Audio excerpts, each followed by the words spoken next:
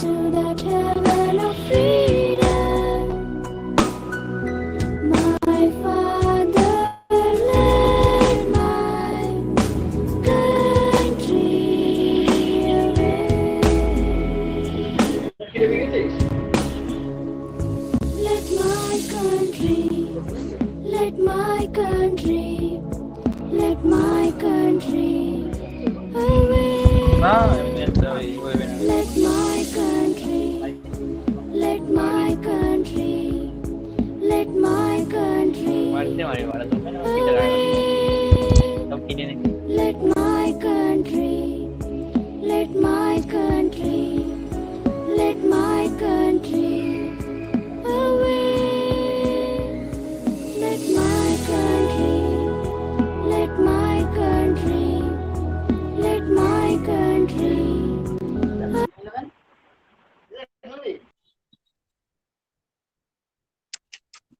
Hello,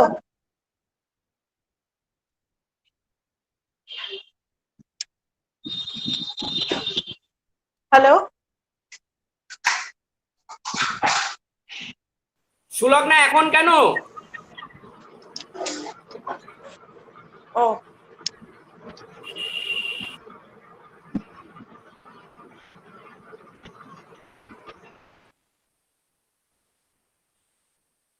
আরে ওকে প্রেজেন্টটা করতে দিয়ে ওকে তোরা সত্যি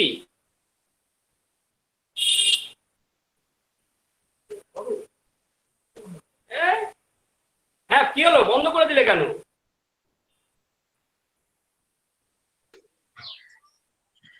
টাইম নেই। শোন, হ্যাঁ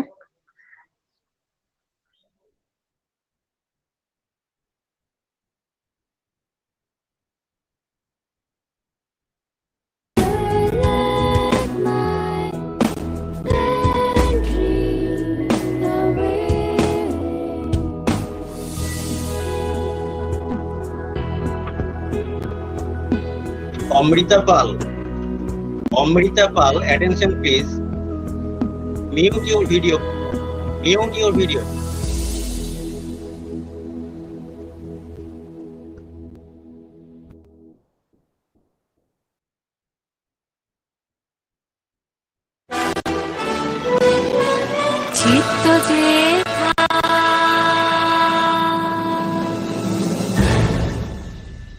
Where the mind is without fear and the head is held high, where knowledge is free, where the world has not been broken up into fragments by narrow domestic wall, where words come out from the depth of truth, where tireless striving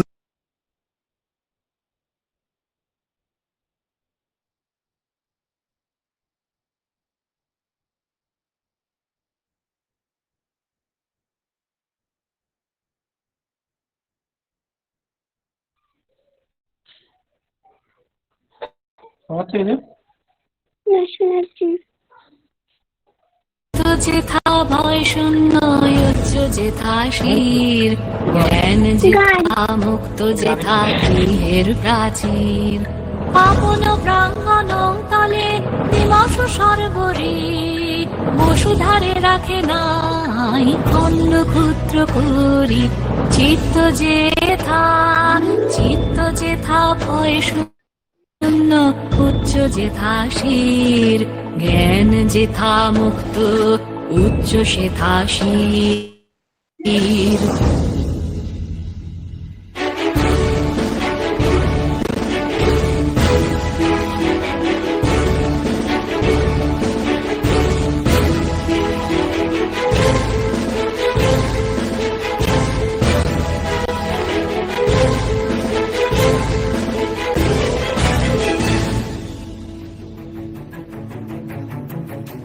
যেথা বাক্য হৃদয়ের উৎসমুখ হতে উচ্ছ্বসিয়া উঠে, যেথা নির্বারিত স্রোতে দেশে দেশে দিশে দিশে কর্মধারা ধায়, অজস্র সহস্রবিধ চরিতার্থতায়, চিত্ত যেথা ভয় শূন্য উচ্চ যেথা শির, জ্ঞান যেথা মুক্ত উচ্চ শেখাশীল।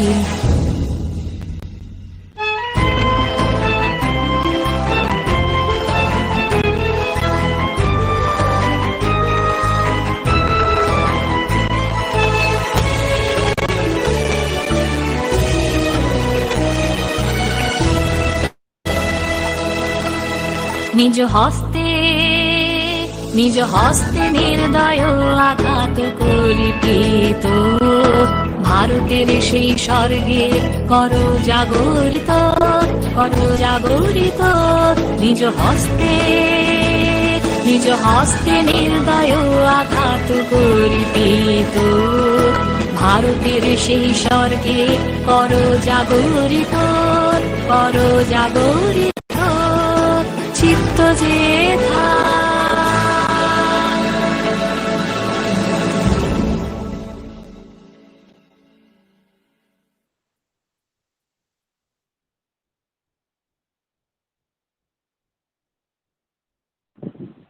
চার গুণ পাঁচ, হ্যাঁ 4 গুণ 5 করো।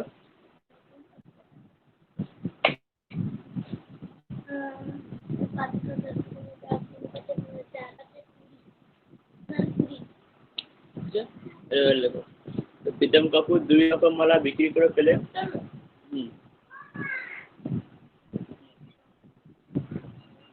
প্রীতম কাকু ওই 2 রকম মালা বিক্রি করে পেলেন।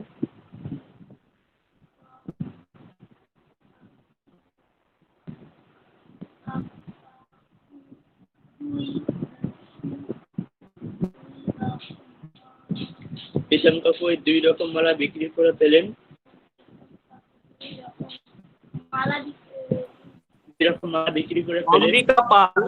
অমৃতা পাল, প্লিজ হ্যাঁ sir. mute your mobile, please mute and mute video and audio. Joy Bhagat, Amrita Pal, please mute audio and video. Amrita Pal, please mute your video.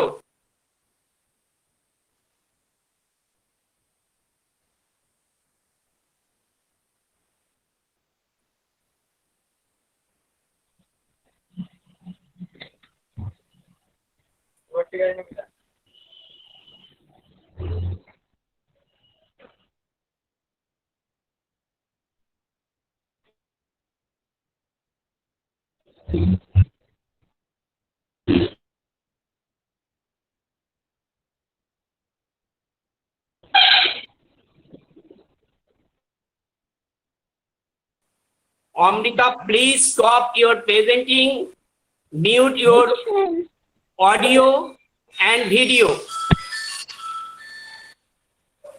Amrita Pal.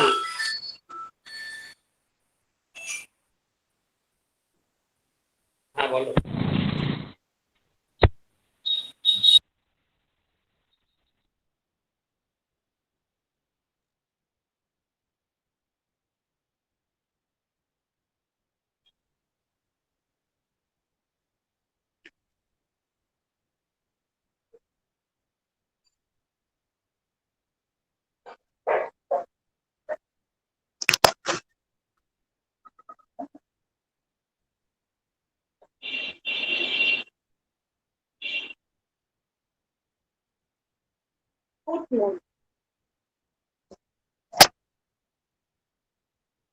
Good noon. On behalf of Department of Commerce and IQAC, Chakdaha College, I am Professor Shulagna Choudhury, SAT.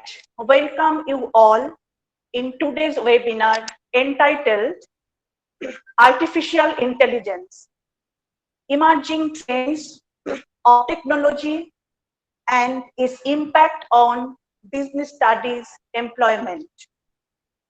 At the outset, I would like to request our Honorable Principal Madam, Dr.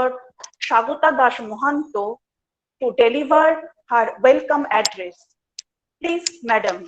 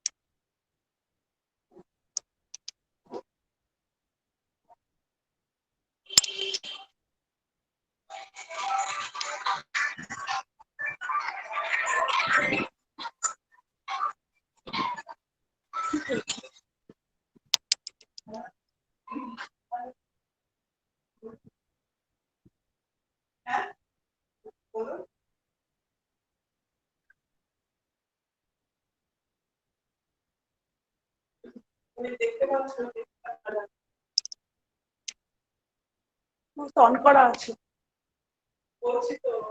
আমার on করা আছে।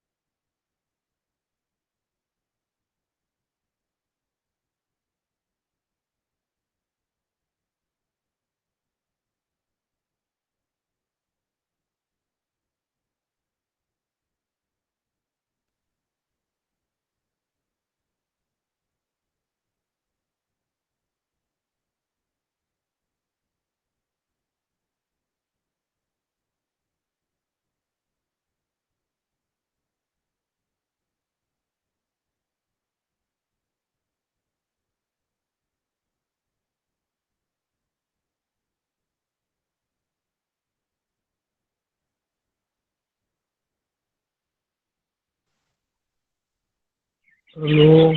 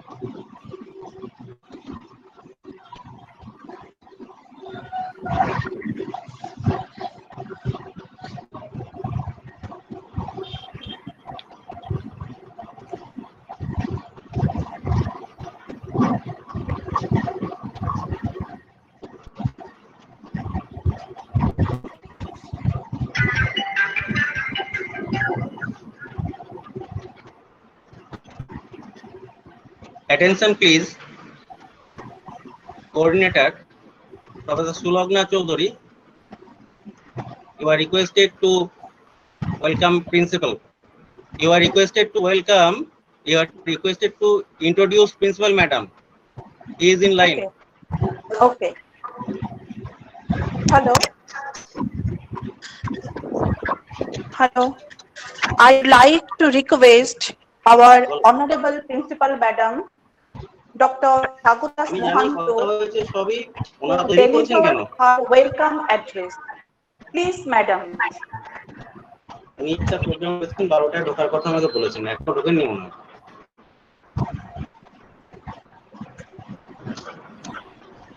নমস্কার,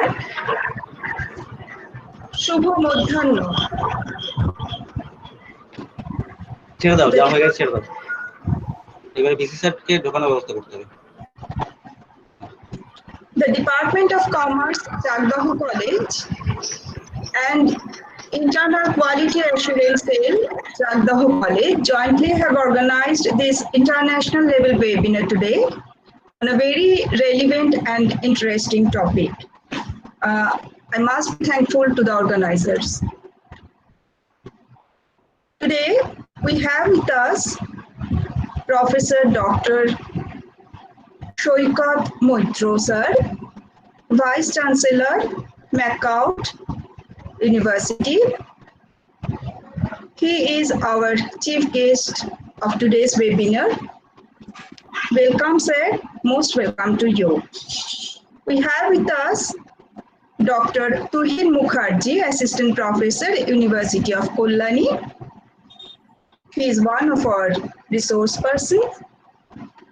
The other distinguished and eminent professors who will deliver their lectures today. I would like to welcome them.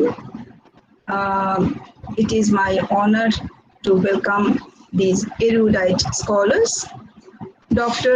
Indrajit Ghosh Rai, PD Research Fellow, Computer Science, UK, and Dr. Shayantan Kundu, IIM, Ranchi. All of you, sir, most welcome.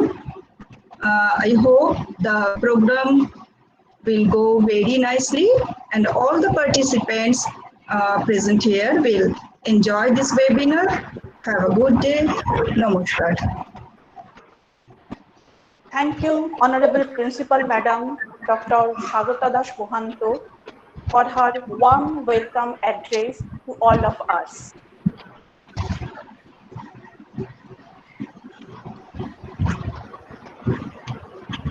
Now, AC madam, হ্যাঁ বলুন। VC is in a meeting. Yes. VC is in a meeting. He is not joined. He has not joined till now. Okay. He's trying. Are you may ask Professor Tuhin Mukherjee. Okay. Deliver his address. Okay. Okay. As the Vice Chancellor of McCourt, Dr. Shoikat Mitro, is not present here till now, I would like to request Dr. Tuhin Chakraborty, Assistant Professor in Business Administration of University of Kollani, West Bengal, India, to share his valuable thoughts. Professor Mukherjee did BTech along with MBA.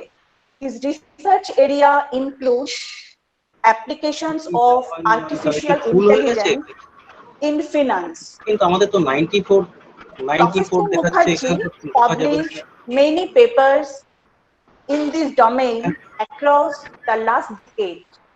We must acknowledge that without his constant support, it was impossible to arrange this webinar. Join করেছেন?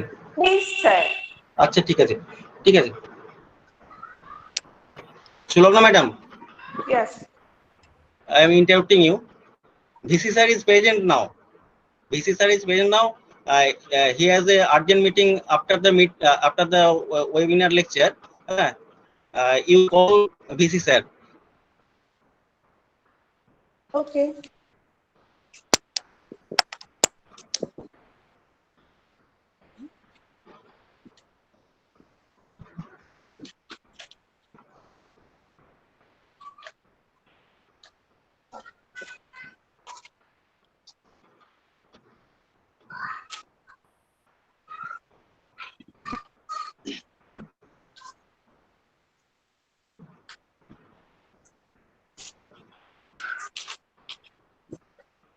AC madam, Yes. please, you call VC sir. He is present.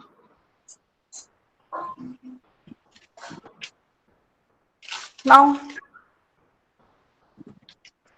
it is indeed my honor to introduce the chief of today's webinar, the Honorable Vice Chancellor of Maulana Abul Kalam Azad University of Technology, West Bengal, India, Professor Dr. Shoikat Mitro. Dr. Moitro is an eminent scholar, scientist, and academician in the field of chemical engineering. He is a chartered chemical engineer and fellow of the Institute of Engineers, India. He has filed 2 patents, authored 3 books, and 3 book chapters. He has received the Shanti Swarup Bhatnagar Memorial Award for the year 2018-19 for his contribution to research in the field of chemical engineering and technology. Now, I am requesting sir to give the inaugural address. Please, sir.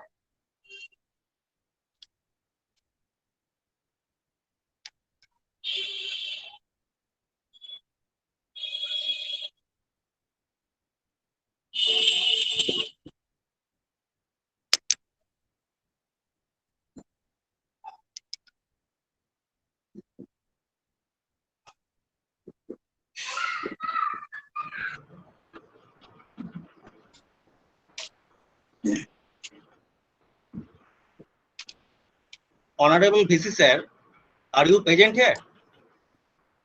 Excuse me, Honorable VC sir, are you present? Our technical assistant informed me you have joined.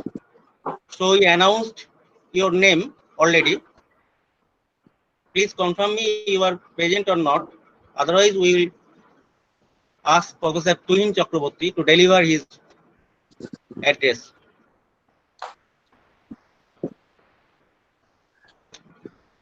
I think he is not present.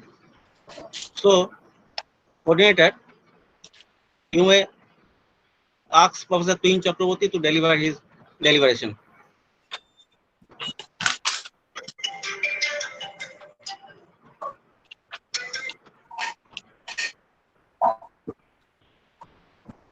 ওকে, ওই সুলগ্না তুই চক্রবর্তী বললো তো।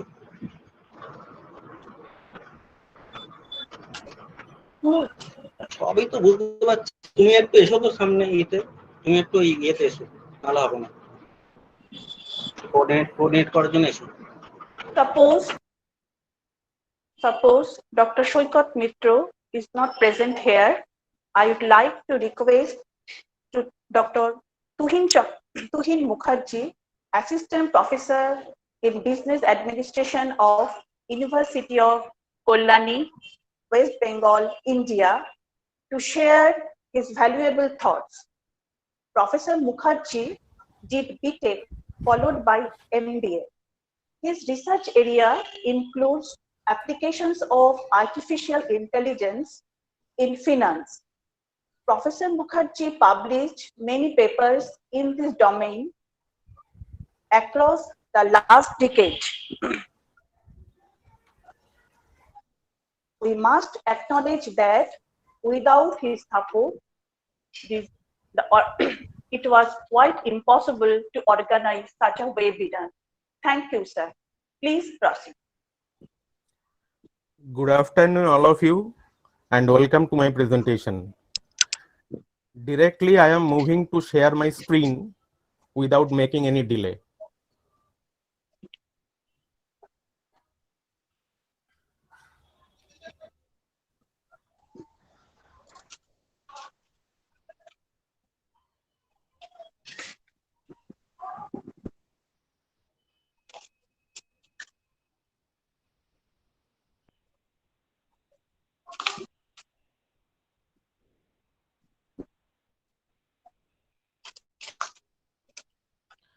Is it visible now?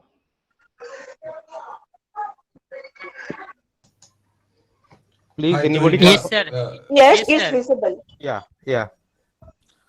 Yeah, it's visible. Yeah. Please go ahead. Equity research is challenging across the globe due to the possibility of high return.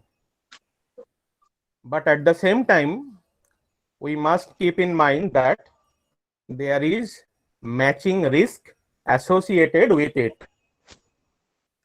Usually, people want to earn money from stock market, but they are not interested to learn many things which are highly required. If you learn it properly, then perhaps you can minimize the risk for a given level of return. However, we cannot eliminate the risk completely, but with care, we can minimize the risk to some extent. Now, there are several techniques available for this purpose. Artificial intelligence is one of the successful technique which can be applied in stock market for minimizing the risk and to make a prediction with reasonable amount of accuracy, with moderate amount of accuracy. Within artificial neural network, there are several tools also which are basically nonlinear statistical models, of which artificial neural network is one of them. My research area is to apply artificial neural network in the context of stock market. Today I will be talking on this issue. Before going into the technical details, I am mentioning in nutshell, in brief, what artificial intelligence is. Basically, artificial intelligence refers to a set of techniques which are inspired from our biological system. These are biologically inspired techniques. For example, at present age, you are able to walk on your feet, but in your childhood, you could not. You failed several times and you learned it from mistakes. This learning from mistakes, that is the improvement through studying the error term, is the basic philosophy behind artificial neural network. The basic philosophy of genetic algorithm is the survival of the fittest, as Charles Darwin said it much earlier. Through the natural selection, mutation and crossover, the best possible solutions will be coming out, removing the worst possible solutions. This is the main philosophy of genetic algorithm. Ant colony optimization, it is another tool within the realm of artificial intelligence. You may notice that when ants move for their foods, then they move in a systematic way.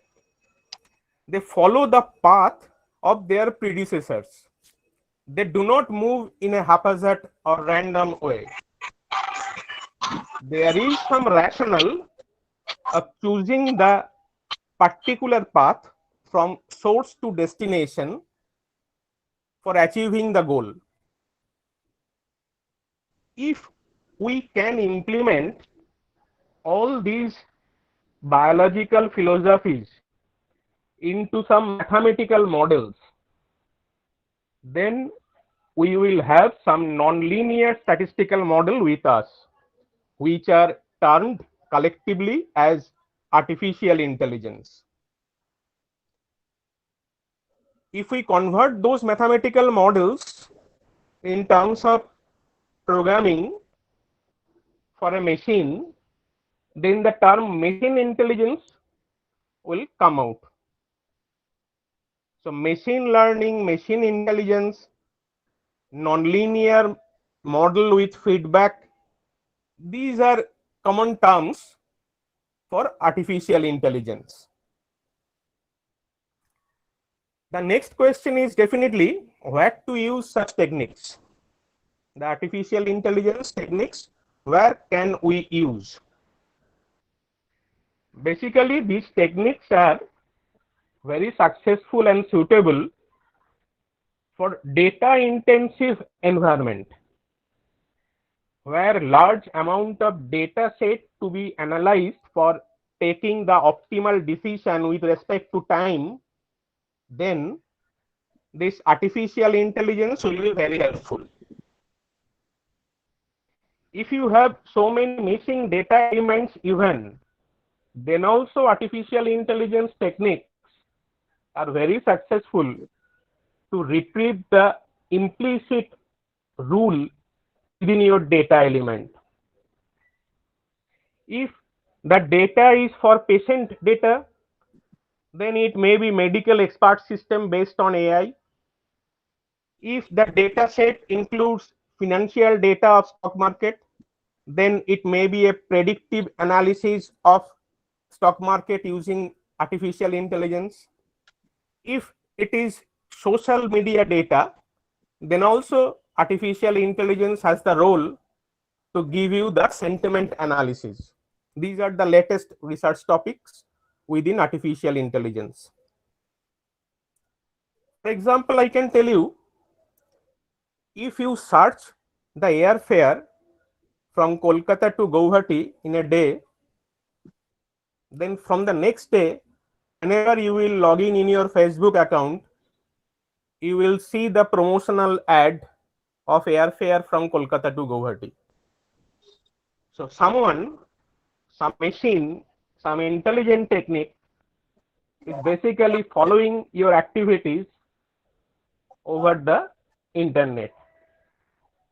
All these are basically artificial intelligence applications. You may be aware that the term big data is very buzzword today. It is basically the data set to be analyzed by artificial intelligence techniques.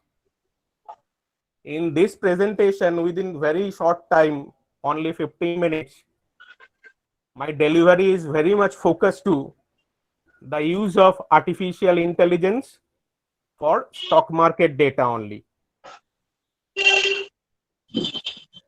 This is one of my research papers on this domain. It uses artificial neural network for stock market prediction.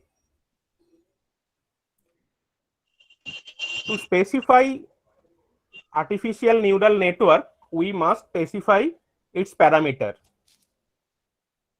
For example, how many inputs it will accept, what are the different inputs, how many hidden layers are there for processing, what are the activation function and output function, what are the initial connection weights of the neural network model, what are the learning rate and momentum. All these we have determined within this paper for our newly constructed predictive model for stock market. We have used backpropagation, that is generalized delta rule of learning, which is one of the supervised learning technique, and feed forward neural network with tan hyperbolic activation function and sigmoid output function. Learning rate is kept around 0.75. Our model basically takes input of real-time prices, stock prices of several banks. In this paper, we have considered 10 banking stocks and their real-time price data as the input. And the output of this system is the movement of Nifty Bank, which is one of the indices in the Indian stock market based on those banking stocks. We have tested empirically the performance of our predictive model with some real life data from National Stock Exchange. This is our second work on the domain, which is nothing but some revision of our previous paper. In this paper, we have used the graph theoretical tools in this work. Graph theory is basically a part of discrete mathematics, commonly used in engineering and science domain. Since artificial neural network is a collection of basically some nodes with some weighted edges, so graph modeling tools may be used along with artificial neural network for better optimization. It was our attempt within this paper. In this paper, another addition we did, we have collected some more stocks and we attempted to predict, at least for the movement, for 2 or 3 indices, not the single indices. And also we have verified the accuracy or performance or predictive accuracy of this model with the real life data from National Stock Exchange. Now I am coming to that application of those 2 papers. Those 2 are academic papers, and for the practice, the idea which are embedded within those papers are being used for real life application in Indian stock market. You are seeing 2 images. These are basically the signals generated from our artificial neural network predictive model. You can watch the date given there. I am giving this illustration for the incident of 18th September 2020, not much earlier, only 9 days before. In the left hand image, you are observing that on that day, that is the 18th September 2020, the Nifty Bank was moving flat in the initial period. There was no such bullish or bearish opportunity to book the capital gain. But around 2 p.m., my artificial neural network model signals a deep fall for the bank Nifty. It is given in the left hand side. Around 2 p.m., we got the signal that it is going to fall based on the real life data and real time data available. In the right hand side, it is the signal for the put option of European style on that Excuse bank me, sir. DSP. Yes, Excuse me, sir. Your yes, time please. is probably over. Please try Yes, to conclude your lecture. yeah. Thank you. This put option has given a sharp hike in the indication. Based on that signal, I have purchased 900 put options. The time and dates are given in this slide, and I sold it in a higher price as shown in the slide. 20,000 capital gain I got within very short amount of time. Since the time is very limited here, so detailed discussion is not possible. This is all about I wanted to say. If you have any query, I have my email here. You can put it in my email. Definitely, I will reply within a reasonable amount of time. Thanking all of you. Thank you very much. Thank you, sir, for sharing your valuable thoughts with us. Thank you. There's an announcement. Professor Shoykot Mitro, Vice Chancellor of MACOUT, West Bengal, India, will not be able to attend the webinar due to some important reasons. He conveyed his best wishes to us. Thank you, sir. Now, the next resource person is Dr. Indranil Ghosh Roy, currently working as postdoctoral fellow at Department of Computer Science, University of Warwick, UK. Previously, he was a research associate at City University of London, UK. He did PhD in computer science from Indian Statistical Institute, Kolkata, India, with a specialization in cryptography and coding theory. Please, sir, start your kind deliberation. Please. Hello, very good morning to everybody. Here in UK right now, the time is 8, so that's why I said good morning, but I think I should say good afternoon to everybody because the time in India is, I think, around 12:30. Am I audible? Can you please confirm, anybody? Yes, sir. Wonderful. Let me share my slide. Where is the button? Yeah. Enter screen will be the fine one.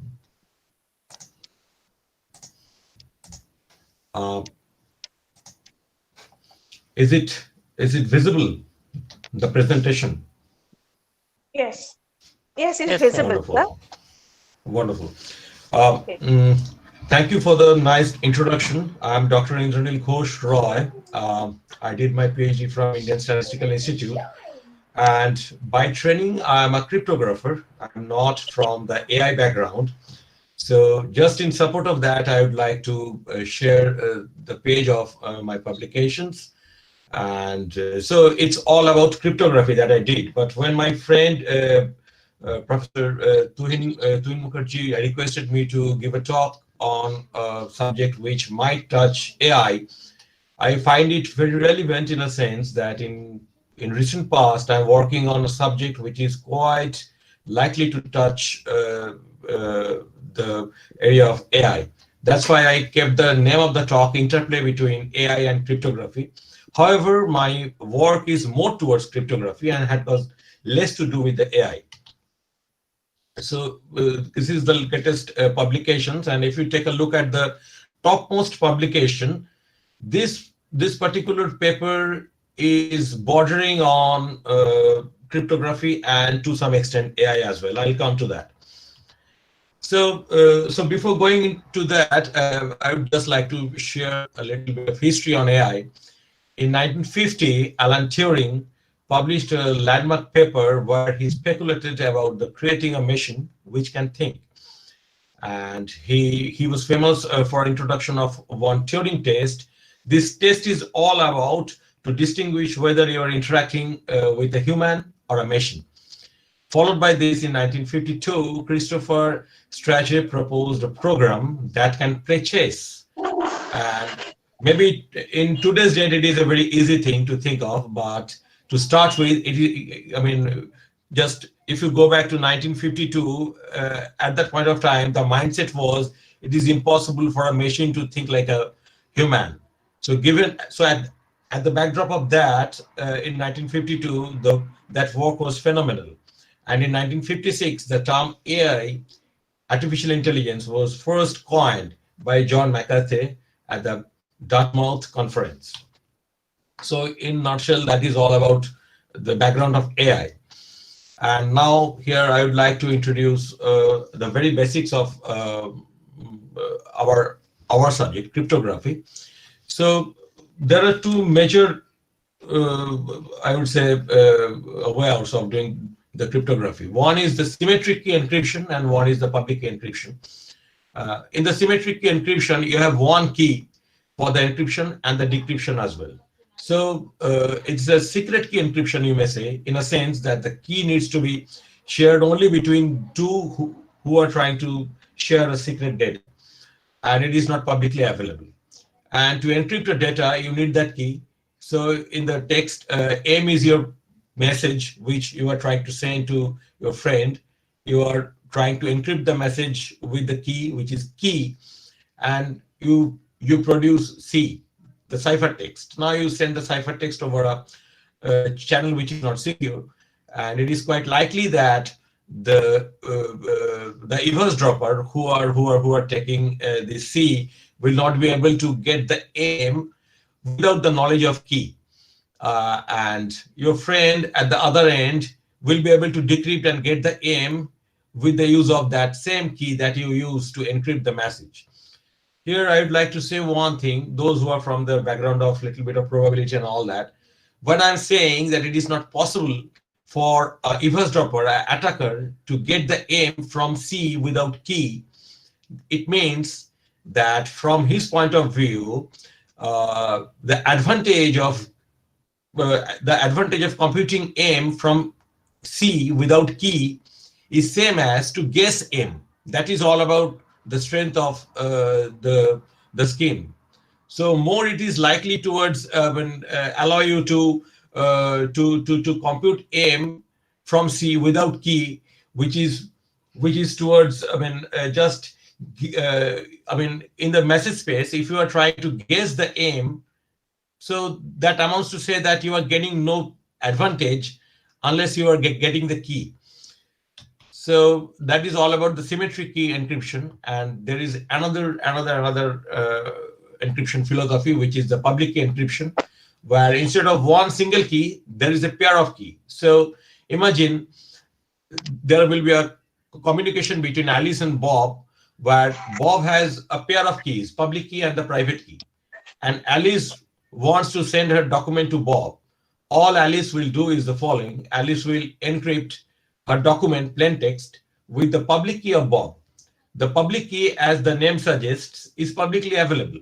So if anybody is trying to communicate some document to Bob, all he or she needs to do is the following: she will encrypt the corresponding text message using the Bob's public key to produce the ciphertext, and the ciphertext will be sent over the channel, which is not secure, obviously.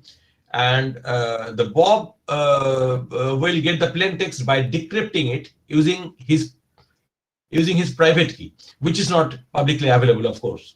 And it is said that the eavesdropper may eavesdrop, can get hold of the ciphertext, but without the knowledge of the private key of Bob, it is impossible to get back the plain text. When I'm saying impossible, it is said that it is from the eavesdropper's point of view, unless he has a hold of the private key, to the eavesdropper, to try to get back the plain text as same as to guess the plain text over the set of plain text available, which is the plain text set. Now, here I would just like to talk about two basic things which already my friend Tuhin touched upon. One is the ANN, which is the artificial neural network, and which is a powerful tool in a sense that, I mean, this particular tool is a computing device. It is a computing systems which is vaguely inspired by the biological neural networks, and that builds on animal brains. And this is considered in cryptography as to be a very powerful tool, not only in cryptography, but in other fields as well, and which can be used to do some sort of cryptanalysis. So cryptanalysis is all about trying to get back to the plain text, starting from the ciphertext without having the knowledge of the key. And there is a new field which is emerging, which is a somewhat formal field, which is neural cryptography, which is something where I haven't yet worked, but I thought that it is worth mentioning, because if anybody is aspiring to do a work on this, so here is the intersection of cryptography and AI formally.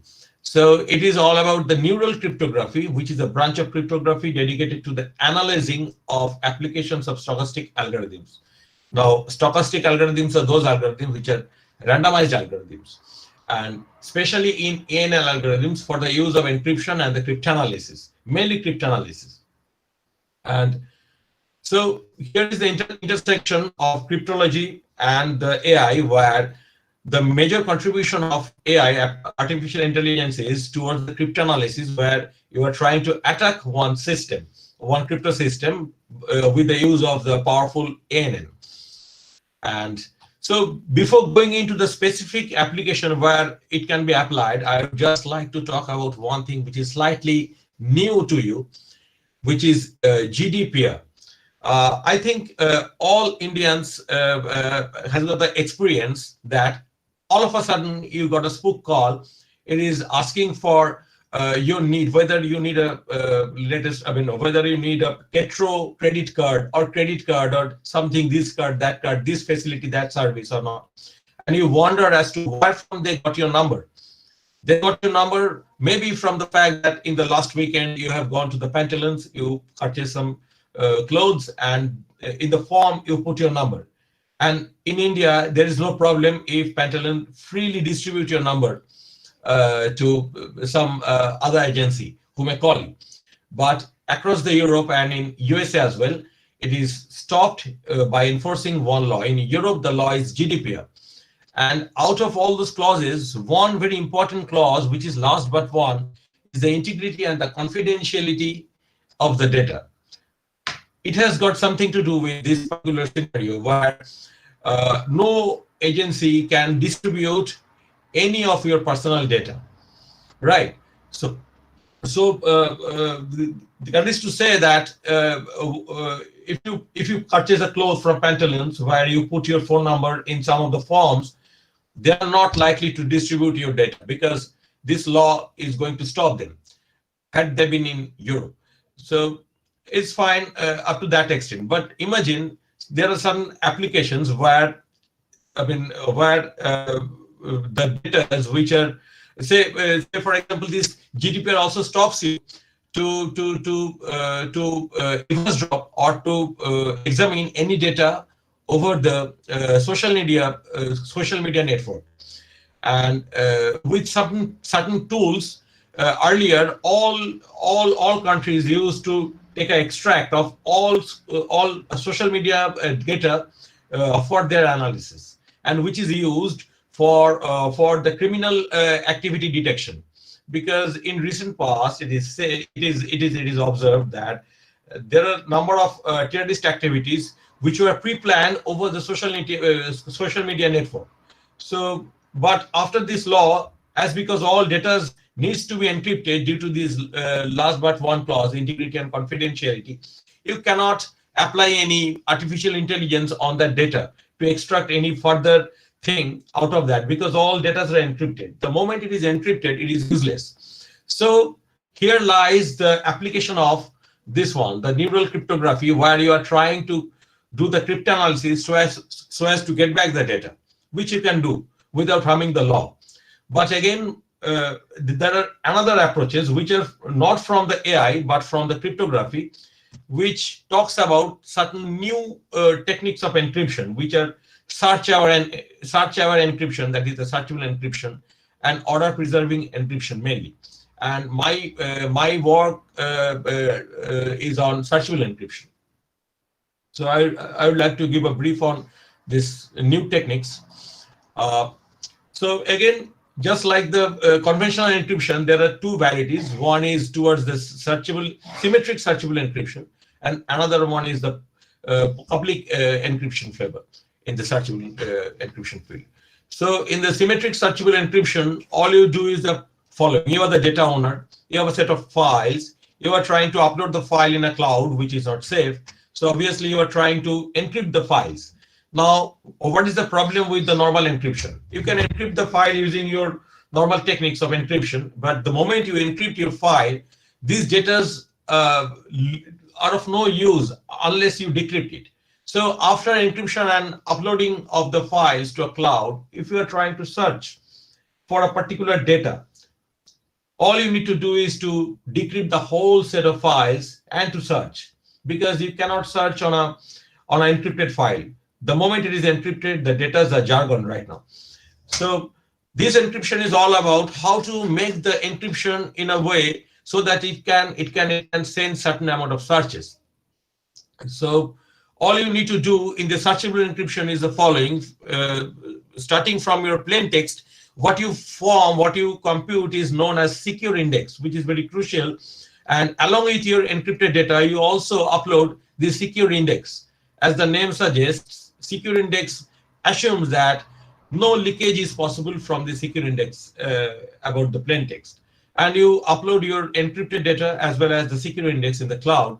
And at latter point, if you want to search on this data, all you need to do is that you need to convert your search query into something which technically is known as trapdoor, and using this trapdoor you can search. Now the conversion of data to the trapdoor needs intervention of two things. One is the secret key, and another one is something called the metadata, which the client needs to save at his end. So this technique was fine, but there are certain problems with this technique. The 3-4 major problems are the following. This index size is linear in the data set. That is to say that, as Tuin just mentioned, it's an era of big data. Now, if it is a big data, it's a big index, definitely. So it might not be possible for a small client, SME, to process a big data to form a big index and to upload and to consult. It might not be feasible always. And also, another problem is the following. The moment you are trying to update your data, that amounts to say that now it is a time to update your index as well, which is again not a feasible thing to do. And also, for a resource constrained client, it is not possible to maintain a metadata which is in some sense proportional to the size of the index, which is again proportional to the size of the data, which is a big data, to search. And as because that index table is a static table, which is a fixed table, these trapdoors needs to be fixed. And the moment the trapdoors are fixed, start using some statistical analysis, some frequency analysis, it is quite likely that the trapdoor search pattern will reveal actually the content of the search. So, I mean, these are the main problems where the symmetric searchable encryption suffers. And again, there is another variety of this, which is the public encryption with keyword search, which is PEKS, where the data owner has two keys. One is the public key, one is the secret key. And he can upload the data by encrypting the data using the public key. And to search a data, all he needs to do is the following.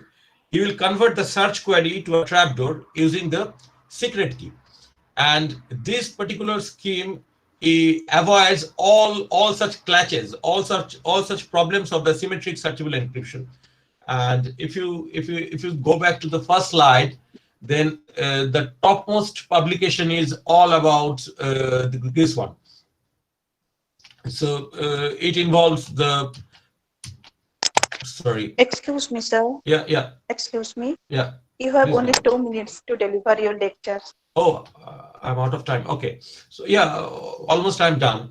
So these are the techniques. Yes, sir. Yeah. So these are the techniques which are applied to make your encryption to some extent intelligent rather than being a dumb stuff.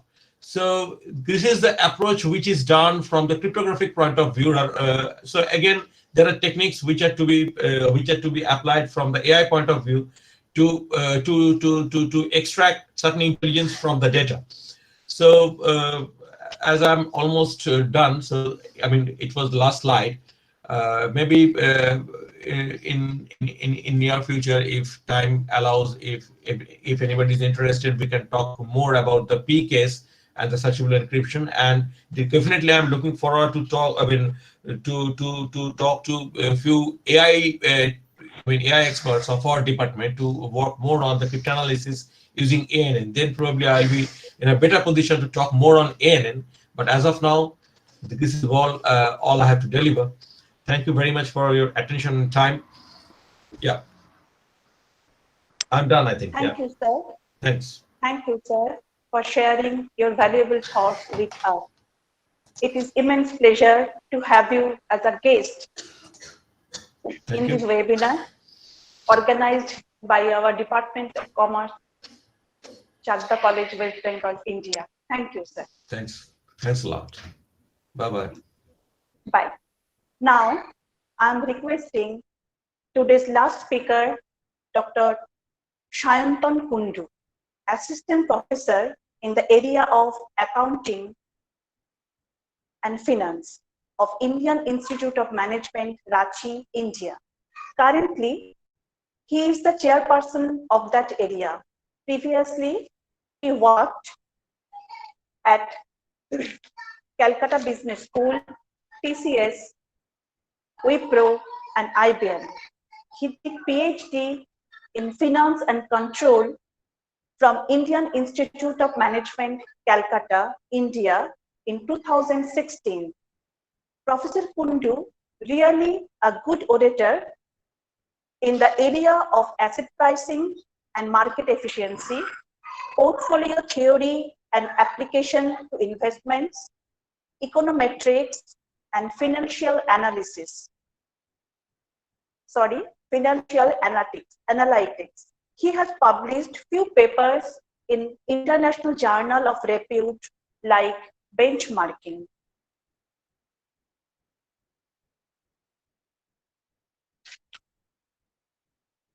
I would like to request sir to deliver his lecture. Thank you, sir.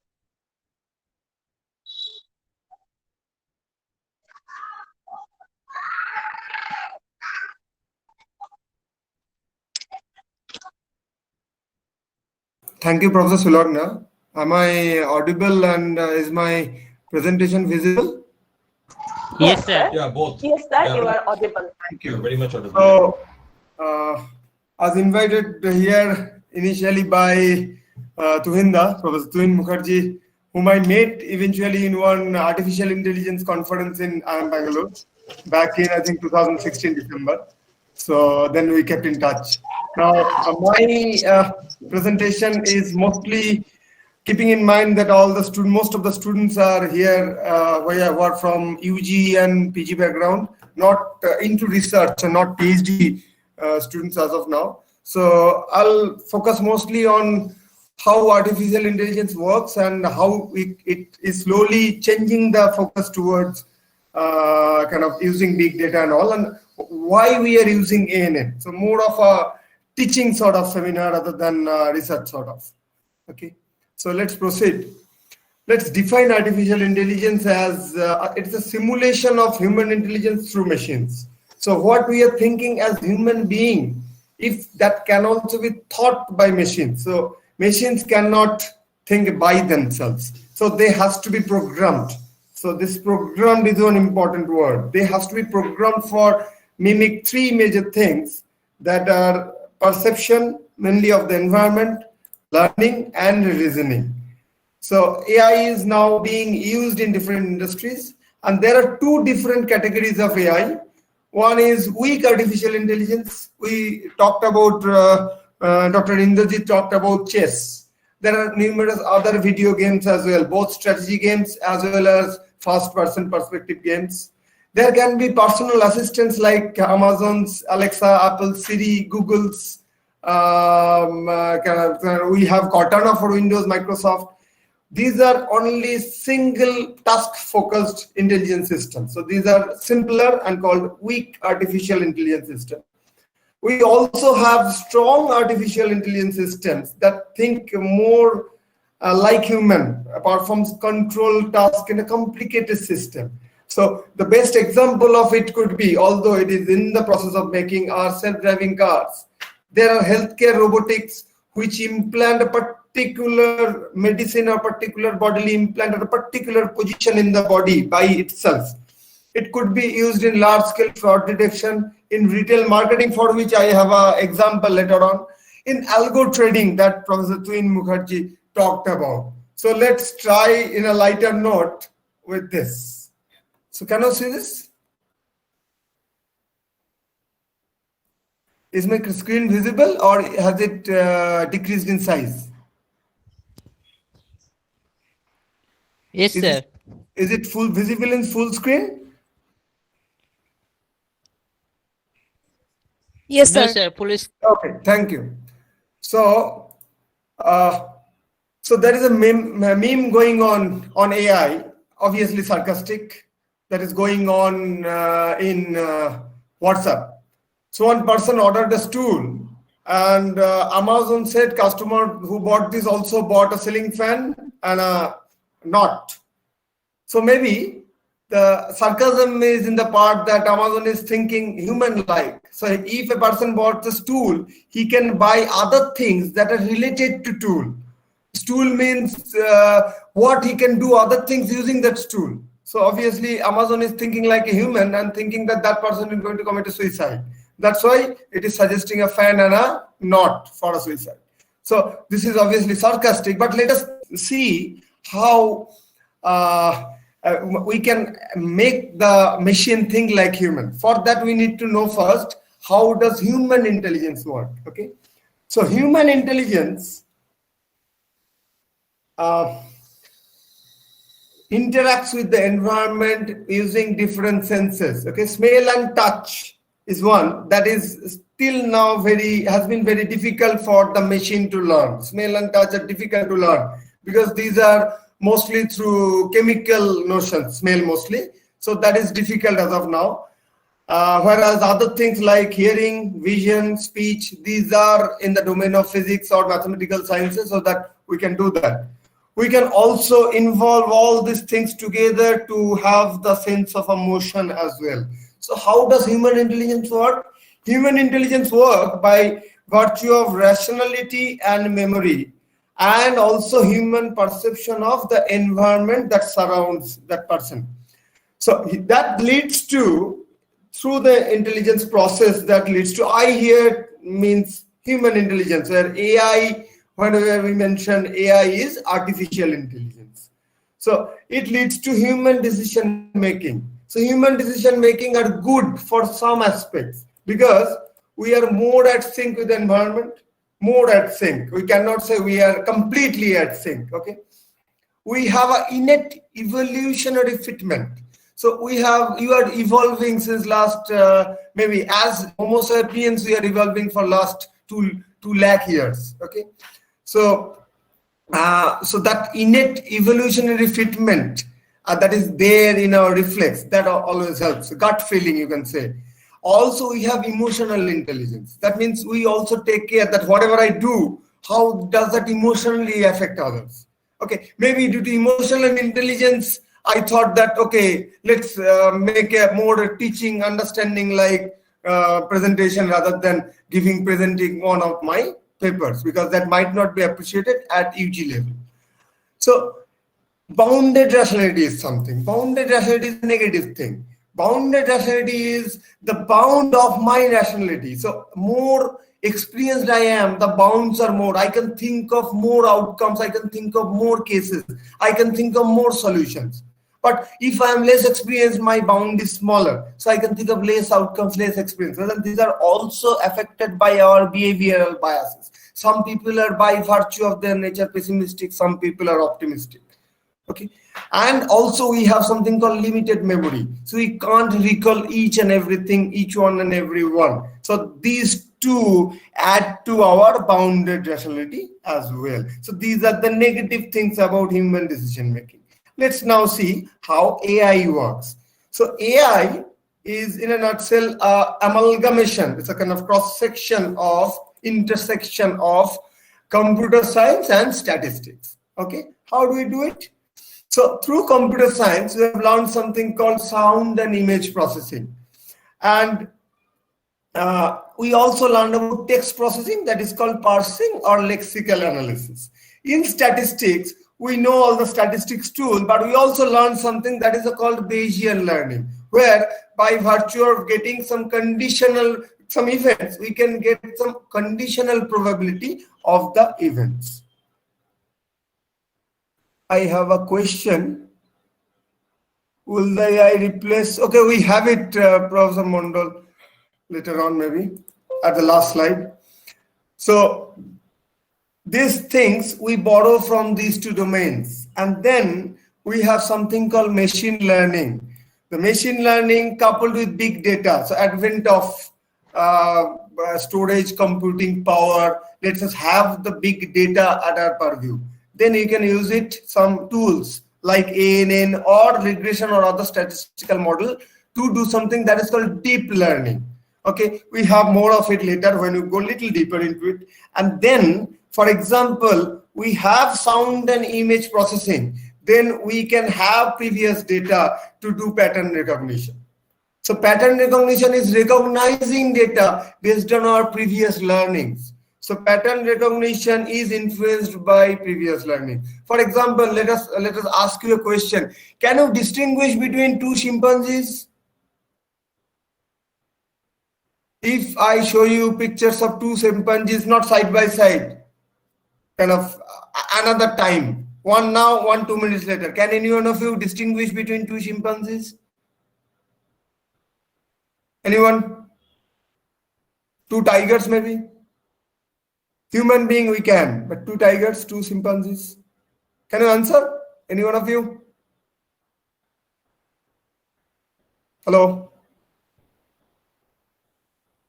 Okay, so generally we can't. No is the answer. Yes, because we can't, because we don't have the pattern there in our mind. Okay, we have not learned to recognize them. So that pattern recognition is not there. So this is maybe by virtue of our evolution that we have learned to recognize our own kinds.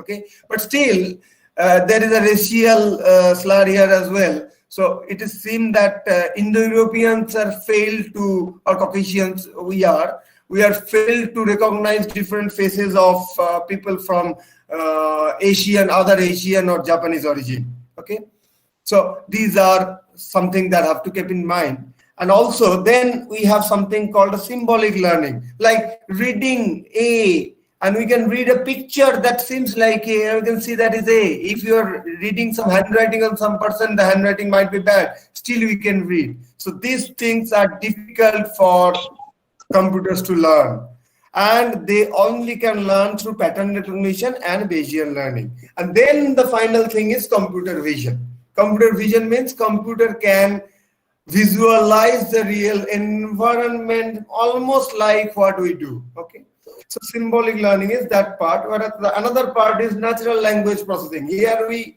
say that language is there in a electronic form. So language is not handwritten language. Language is written in a electronic form. And then can we see the language? Like if you have heard of Grammarly, or maybe the grammar correction tool or lexical correction tool of embedded in Microsoft Word, these do natural language processing. Otherwise, how can they say they have wrong in grammar? There you should have put in comma. There you should have used an adjective form or gerund form or ing form. So they say about missing verb. They say the construction of a sentence is wrong because they do something called natural language processing.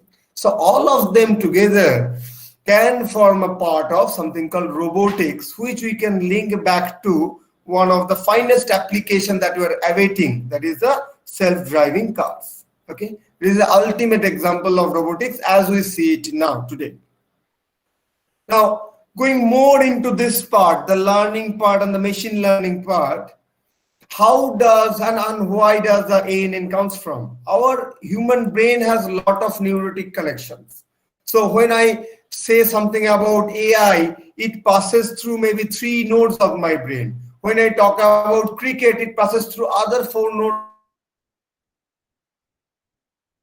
Somewhere it is cricket and it is AI, and these two are different. Maybe somewhere around those nodes of cricket, somewhere below down the line, 3 more nodes leads me to Virat Kohli, and 3 more nodes leads me to Sunil Gavaskar. And then 1 more node has created few days back when I heard about Gavaskar making a comment on Anushka Sharma. So this is how we remember in our brain. So this is I, that means intelligent human being. So this we try to replace using ANN. So ANN is a complicated network of nodes.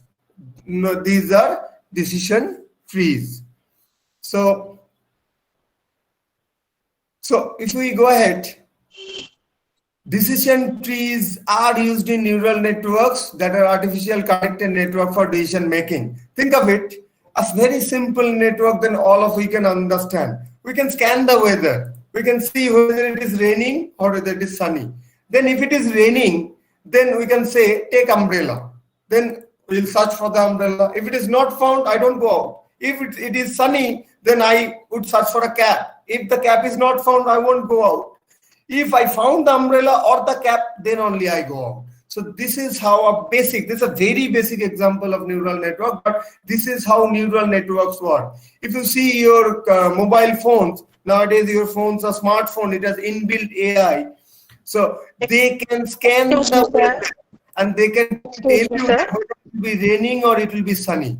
But if we go one step ahead, if we make the system ready so that it can take umbrella along with it, maybe your car will take the umbrella, fetch the umbrella using some robots within it, or take a cap within itself, so that if you have to go out, you don't suffer in rain or sun. In that case, this is called the application of AI. So, excuse me, sir. Yes. Excuse me, sir. Probably your time is over. Oh, so I have. Okay. Then let us go ahead to one model only and then conclude.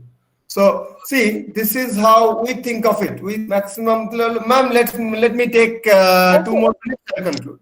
Okay, so, sir, carry on. In a more simplistic manner using a 3D, whereas in case of machine learning, because we have big data and that are we can have supervised, unsupervised, and reinforcement learning.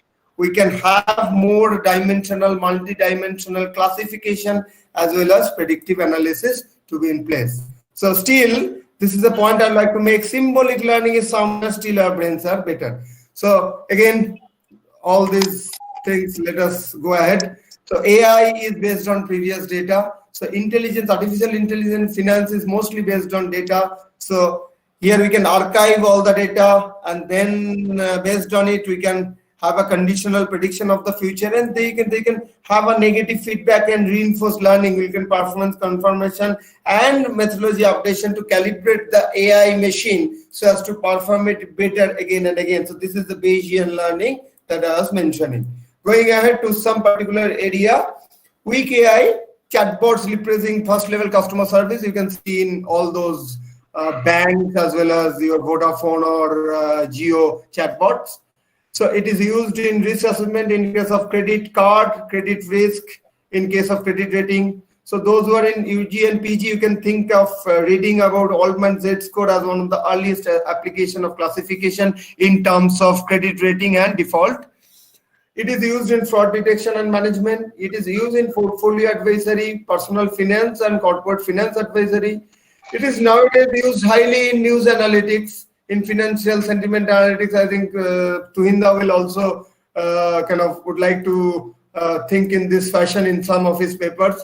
And nowadays also financial statement and report text analysis is also important, where we analyze mainly 3 things. We analyze the sentiment, whether it is positive and negative, who gives the report, the credibility of the kind of provider of the text, and then what is the impact, how many people are looking at it. So by virtue of multiplying these things, we can create complex outcome and then base our decision on that. So trading is already covered by Tuhinda, so I'm not going into that. Going directly into the employment point that Professor Naran asked me to touch upon. So artificial intelligence is, yes, they're making human efforts redundant and causing widespread unemployment. But yes, that is for repetitive work. Repetitive work will get replaced slowly. That's fine. But new opportunities will come through. Think of the runner. Runner means, have you heard of the song by Hemant Mukherjee on the poem by Shukanta Bhattacharya? So runner versus a Swiggy delivery boy. They are doing the same sort of work in a different time period. Runner is to run, Swiggy delivery boy is to ride a motorcycle. So new skill sets are required every now and then. So few years back in ERP, people, before the advent of ERP, people had to key in all those accounting data into the ledgers and then make the accounting statements by hand. Those who are learning commerce, they would have done that in industry. But now with ERP, ledgers are already automated. Most of the transactions are automatically getting inputted in the ledgers, and statements are also made automatically. Just you need to create such a system, manage such a system so that configure or manage such a system so that it can work as you intended, and monitor such a system for faults and rectify them, whether it is working correctly. Similarly, people will not be required to do mundane or trivial analysis, but for strategy formation, for complicated analysis and strategy formation, still human intelligence is needed. They can give you the decision, they can give you these 3 decisions are good, but how do you make the strategy? That is a creative thing, and their creative skills will be in demand in future. So when you are skilling yourself, think of it, how you... Yes, I'm finishing. Thank you. Please try to conclude, sir. Yes, so that is the last thing, that creative skills will be needed. So rather than focusing yourself to do repetitive and mundane thing, if you think of applying those decisions in a creative way, then your demand for your skill set will be there always. Thank you. So you can send your queries or feedbacks to this mail ID as well. Sorry for taking maybe 4-5 minutes more. It's welcome, sir. Thank you for sharing your valuable, important thoughts with us. Thank you so much, sir. Now, this session is opened for question and answering. Professor Shujit Roy, SAC, Department of Commerce of Chakdaha College, will administer the session. Please, Shujit, carry on. Thank you, Shulagna. We are in the last 5 of our webinar. That is the question answer session. Our participants have been carefully listening to the webinar as the number of questions from their side are rising with time. Due to time constraint, we are unable to take all the questions, and we really apologize for that. Therefore, we have selected very specific questions to our honorable speaker for their answer. Question: whether AI can supersede human intelligence? And the question asked to Dr. Indranil Ghosh Roy. Sir, please.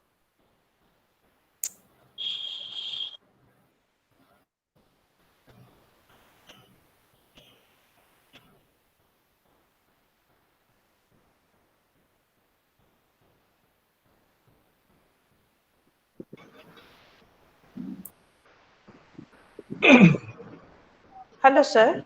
Professor Indranil Ghosh Roy present. Professor Hello. Indranil, are you present here? No. Professor Ghosh. Okay. Okay. He is not present here. May I go to next question? Okay. Yes, you may go. Yes, yes, continue. May I go? Continue. Okay. Okay, sir. Next question, whether AI can be applied in education environment, and this question to Dr. Sayantan Kundu. Sir, please.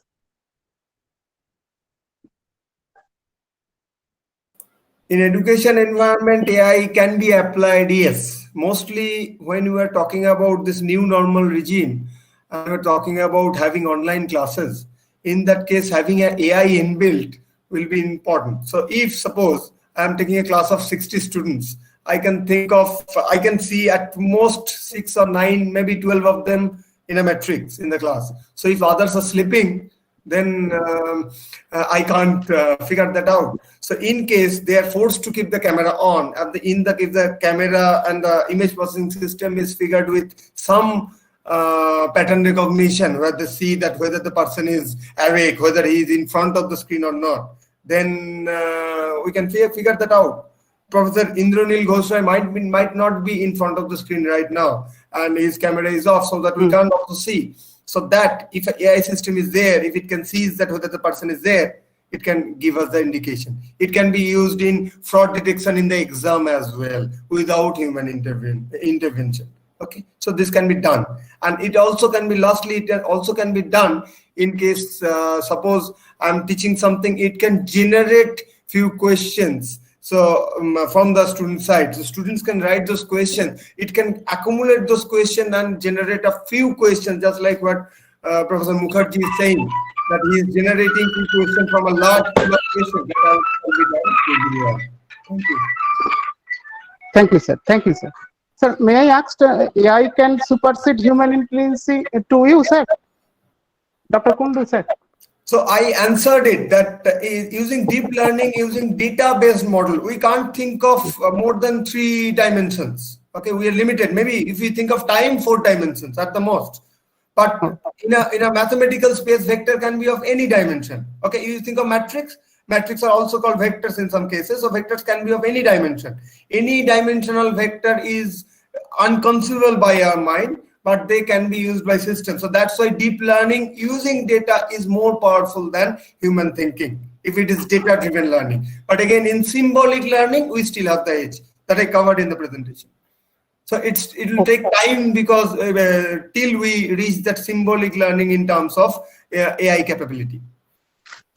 Okay, sir. Okay, sir. Thank you, sir. Sir, may I ask you a question? Maybe funny, sir. Yes. Sir, my question is whether artificial intelligence can be applied to literature study. Yes, it is being done.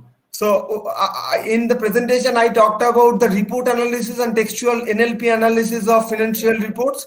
So you can see, if you search, people have done using Python. They have analyzed different novels, mostly English novels. They have analyzed and set the tone for different chapters of the novels, and whether the novel in itself is pessimistic or optimistic, they have tried to figure that out. If you see, if you search for specific words, you see that there are some sources which gives you how the word usage frequency has increased over the time or not. These are also usage of analytics.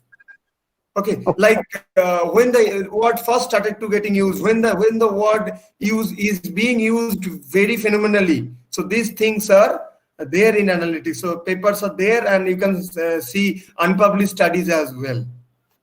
Okay, sir. Thank you, sir. Thank you, sir. Thank you, sir. So with that, we are ending our question and answer session. So thank you very much to all of you. Now I would like to hand over this to Shulabna.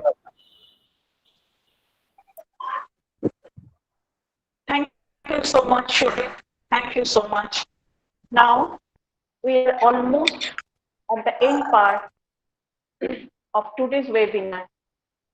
I would like to request Professor Naresh Mondal, Head of the Department and Joint Convener, to confer vote of thanks. Please, sir. Well, first of all, ladies and gentlemen, I am extremely sorry that our chief guest, Professor Dr. Shoikat Matra, the Honorable Vice Chancellor of MACAP, was unavailable today due to an emergency meeting with his higher authorities. I am extremely sorry to all the participants for that unavoidable circumstances. Nevertheless, thanks to Dr. Shoikat Matra for being the chief guest of today's webinar. Though this segment is for vote of thanks, let me take just 5 minutes for that because it's just not the joint convener or HOD, but a huge team whose cooperation has made this webinar possible. My heartfelt thanks to Honorable Principal Madam, Dr. Chakdaha Das Mahanta, who graced us with her presence, guidance, motivation, and constant support to conduct this webinar. Thank you very much to Dr. Indranil Ghosh, postdoctoral research fellow at University of Warwick, UK, to share his valuable thoughts and precious time with us. Thanks a lot to Dr. Shayantan Kundu, Assistant Professor, Accounting and Finance Area, Indian Institute of Management, Ranchi, Jharkhand, India, for his impressive deliberation. My sincere thanks to Dr. Tuhin Mukherjee, Assistant Professor, Department of Business Administration, University of Kalyani, West Bengal, India, for helping us immensely in the arrangement of this webinar and sharing his valuable thoughts. I would like to thank the IQAC coordinator, Dr. Arun Kumar Nandi, Joint Convener, Dr. Sharbajit Pal, Organizing Secretary, Dr. Amit Kumar Chakraborty, Joint Organizing Secretary, Publicity, Professor Shujit Kumar Ray and Professor Nazirul Islam, Technical Advisor, Professor Gautam De, non-teaching staff, Mr. Anip Roy, and all the teaching and non-teaching staff of our college for their cordial support to conduct this webinar successfully. I convey my special thanks to Professor Shulagna Chaudhary for coordinating the webinar so smoothly. Finally, thanks to all the participants from home and abroad. Thank you. Have a nice day. Many, many thanks. Thank to you all. Professor Naresh Mondal. Collective. Thank you. Now, the webinar is end. Participants can leave. Thank you.